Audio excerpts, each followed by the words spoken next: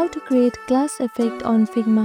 In this quick tutorial, I'll show you how to create a beautiful glass effect in Figma, perfect for modern UI designs. Let's get started. First, make sure you have downloaded Figma on a device. After that, click on search bar and open Figma app. Now open a file or create a new one.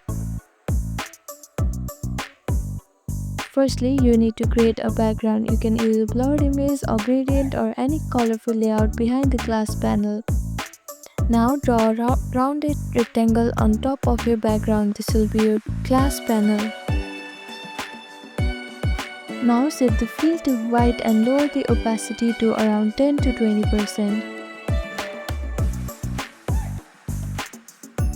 This gives it that frosted look. Next, go to the effects section and click the plus icon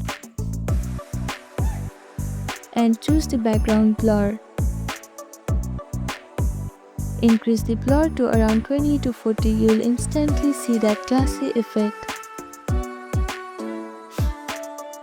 For extra polish, you can add a 1 pixel white border or soft inner shadow to give it more depth. And that's it. This is how you can create a glass effect on Figma.